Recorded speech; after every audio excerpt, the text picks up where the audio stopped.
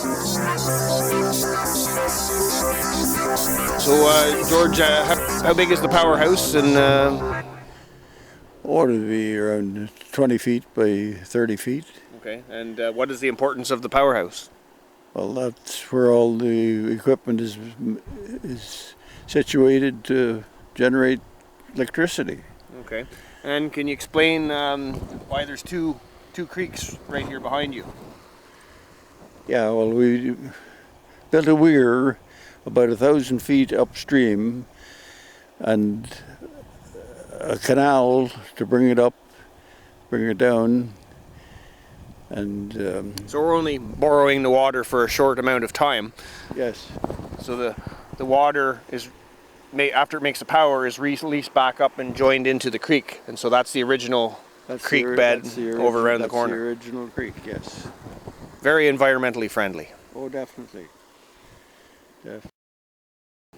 So could you give a little bit more detail in terms of why you initiated this project? Like, did you have any concerns of the for the environment and wanting to do more?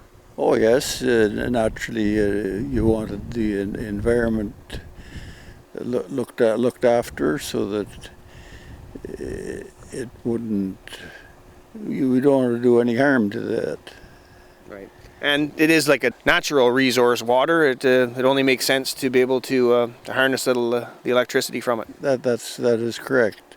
And there's lots of other spots throughout Ontario that could be, the same thing could be done, but not too many of them will go. And actually, when we built this, the price was down considerable. From, like, if you went to build it now, it'd be prohibitive to do, I'm sure. Because we used a lot of obviously our own labor and use materials and make it as economical as possible. Yeah, that was the main idea of it. Did a lot of it ourselves. So are you proud of what you've accomplished? Oh, definitely. It's something that the next generation is going to appreciate, and we wrote a book about it with all the pictures in it that I'm sure different people have enjoyed reading. Right. Well, I'm very proud of you, Dad, for your foresight and support and leadership in putting something like this together. Well, thank you very much. No, we had just built the island there a few years previously, and we still had all our own machinery that you didn't have to rent machinery, just put in the diesel fuel and I'd climb on one of them old drag lines and make it pay. Good. So here we are at the diversion weir, Dad. Can you explain why one half of the structure is in concrete and the other half in timber crib? Yes, we have had rock on the one half where we were able to pour concrete on and then make where our stop logs go in to let the water go. And on the other half, we progged down 8 feet and there was no rock, so we built a timber crib there. And we are holding back about 4.5 feet of water here, and going down the canal this way, we end up with a 22-foot head to go down to the turbine.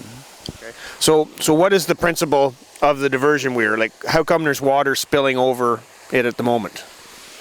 Well, we had the plant shut off for probably an hour down there, so that would let the water run over here. Okay, so essentially we cannot store any significant amounts of water. It's whatever water runs into the creek, and whatever water isn't going through the turbine runs over the diversion. It's just the run of the creek is what the water is. Yeah. How large is the dam? How many feet? It's about, I guess, 100 feet probably from that end right through to over here on this end. Well, the canal would be even more than 100 feet. It'd be 100 feet of spillway, pretty close. So, so Dad, we've have here this old Northwest 25 drag line that was very important in the construction of the hydro project. When did you learn how to run one of these machines, and what all did we use it for in the construction of the hydro plant? The Northwest 25 drag line, I learned to run them years and years ago. We worked up on the Mackenzie Highway back in the 40s, 46 and 47. So we got a lot of experience there. And when we come to dig in the canal here, it was very, very useful. And then also in pouring the cement.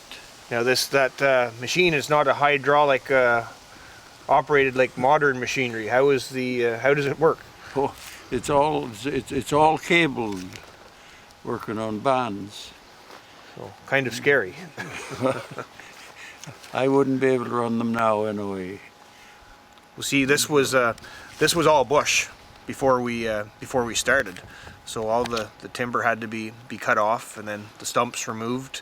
And the way this canal was built, there was actually a deposit of gravel along the way, and so basically the gravel was dug out and mixed with clay, and the whole outside berm was packed up in 6-inch layers and compacted to prevent the water from leaking out. So this is the intake structure. It is intended to take the water from the forebay and channel it into the penstock. The cement structure is about 14 feet, and we're holding back approximately 10 feet of water. There is a trash rack on the upper side to prevent any debris from going through the pipe and into the turbine. That building contains what we call a guillotine, which actually is used to drop a piece of steel down to shut water off from going down through the pipe. Okay, so this is the guillotine, which is lowered to drop water or stop the water from flowing through the penstock. This pipe here actually acts as a vent tube, and it works the same principle as putting your thumb over a straw when you put it into a glass of water. If you have your thumb over the straw and you pull it out, water remains in the straw until you take the thumb off. Same thing with this vent tube. When we try to let the water down below, this vent tube allows the water to escape so that we get the service on the turbine down below.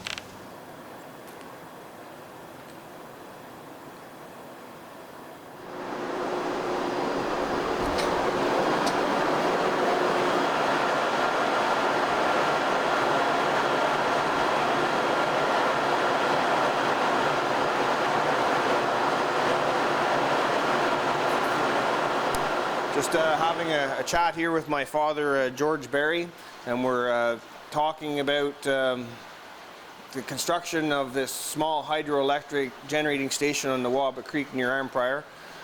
George, you were the catalyst in developing this. Can you give us a few things why you decided to do this?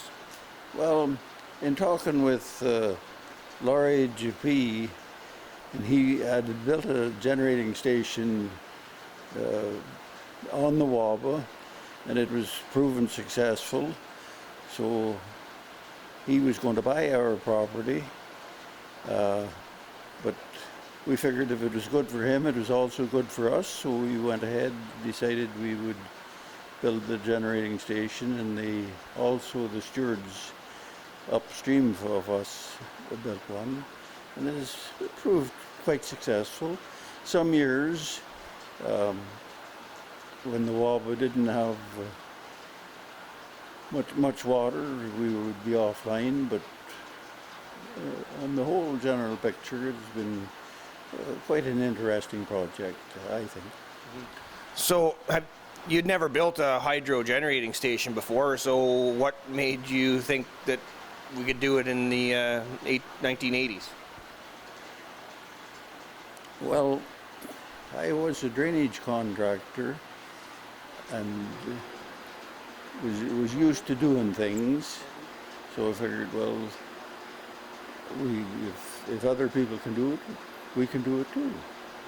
I guess the other thing that was an advantage for us at the time was that Mike and Laurier Dupuis of Canadian Hydro Components were going into the business of manufacturing turbines, and we were one of their first customers. That we got a reasonable deal for a pretty state-of-the-art hydroelectric turbine, and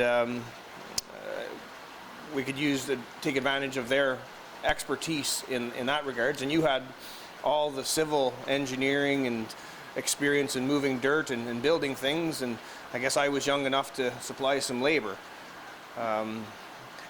The equipment here, Dad, was everything purchased new?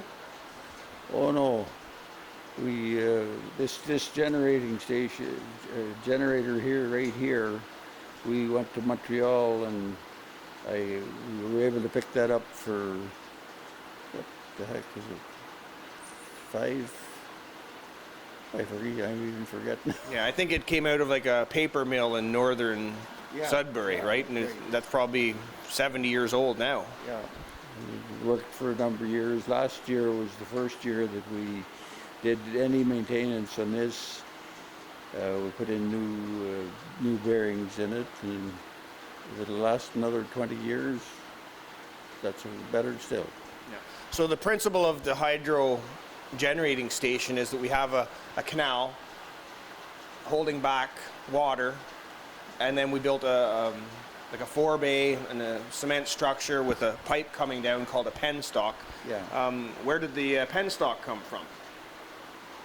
Through some of my connections with Trans-Canada Pipeline. I was a drainage consultant with Trans-Canada Pipelines and got to know them and was able to get the penstock through them.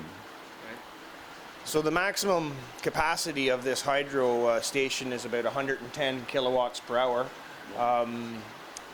Technically, that would be enough to power up to 40 homes at one time when it was running full capacity. That's what I understand. So I guess in a small way, we're doing our part to contribute to the electrical needs of the province.